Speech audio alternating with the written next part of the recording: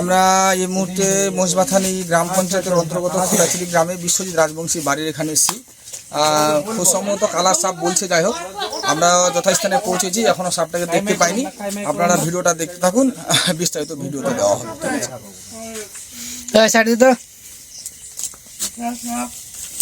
Kilo kilo বেড়া টেরা ভেঙে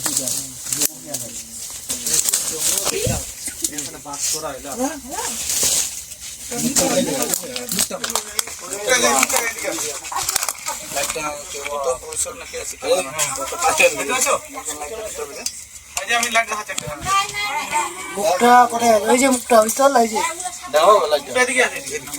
না না, মুখে দিয়ে নাই।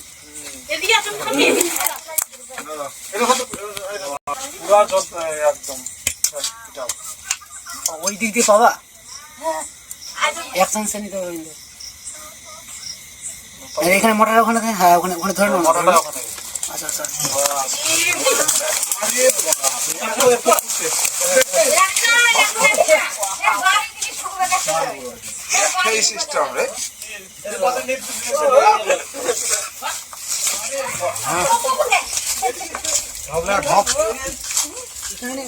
ঢোক দাও। হ্যাঁ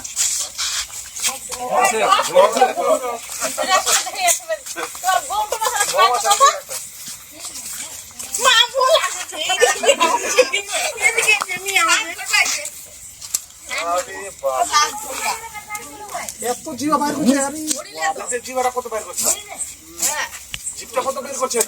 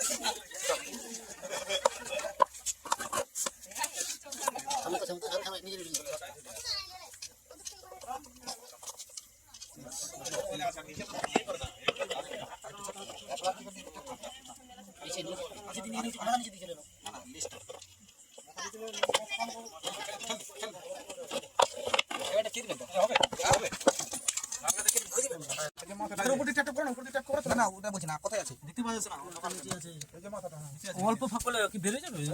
না না, প্লাস্টিকের মতন ফাঁক খালি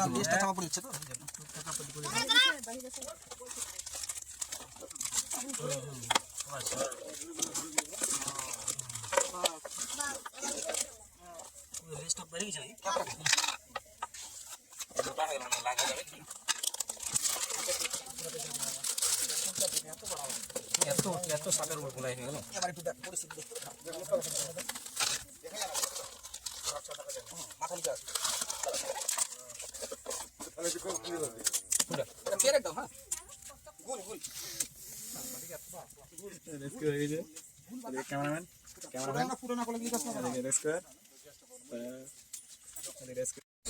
জায়গাটা হচ্ছে কালাচ। হ্যাঁ, সবচেয়ে বিষধর সাপের মধ্যে এটা হচ্ছে অন্যতম। মানে মানে কি বলবো, এটা সাপ বলবেন না কি বলবেন, মানে এর থেকে ভয়ঙ্কর জিনিস আর নাই। এই কারণেই যে এই সাপ কাটলে, সব সাপ কাটলে আপনারা বুঝতে পারবেন, এই সাপ কাটলে বুঝতে পারা যাবে না। ওই জন্য এটাকে, সাপটাকে আরেকটা নাম রেখেছে সাইলেন্ট কিলার। আর এর নাম হচ্ছে কালাচ, ইংরেজিতে এটাকে বলছে কমন প্লেট। এটা নিশাচর, এ রাত্রিবেলা ছাড়া দিনের বেলা চোখেও দেখা যাবে না, মানে লুকিয়ে থাকে আর কি হাইটে। আর এতে ঘাম কাটা সাপ বলা হয় এই কারণে, যেহেতু রাত্রিবেলা আমাদের ঘামের ইয়া নেওয়ার জন্য বিছানায় গিয়ে উঠে বসে, ওই জন্য বিছানাপত্র যখন শুতে যাবেন একদম চেক করে নেবেন। কাটবে তো বুঝতে পারবেন না যে সাপ কাটেছে না কি কেটেছে। ঘুমের ঘরে আছেন, পেট ব্যথা করবে, বমি লাগবে, ঘুমে থামবে না, মধ্যে আরও ঘুমায়, এরকম মানে নেশা টাইপের করবে। এই ধরনের লক্ষণ দেখলে অবশ্যই দ্রুত তার মধ্যে কোনো জায়গায় সময় না নষ্ট করে ভুল করেও, আমাদের একটাই শুধু বার্তা দেওয়ার জন্য এই কাজটা আমাদের এখানে করা, যে সাপে কাটলে ভুল করেও কোনো ওঝার বাড়ি যাওয়া যাবে না। ওঝার বাড়ি গেলেন মানে আপনার জীবনের রিস্ক নিজে নিয়ে গেলেন, মানে মৃত্যু শিওর। এই সাপের বাইক থেকে আজ পর্যন্ত তাকে কেটেছে, কেউ বাঁচেন। তার প্রকৃষ্ট প্রমাণ বাংলাবাড়ির একটা ছেলে 2-3 বছর আগে মারা গেছে।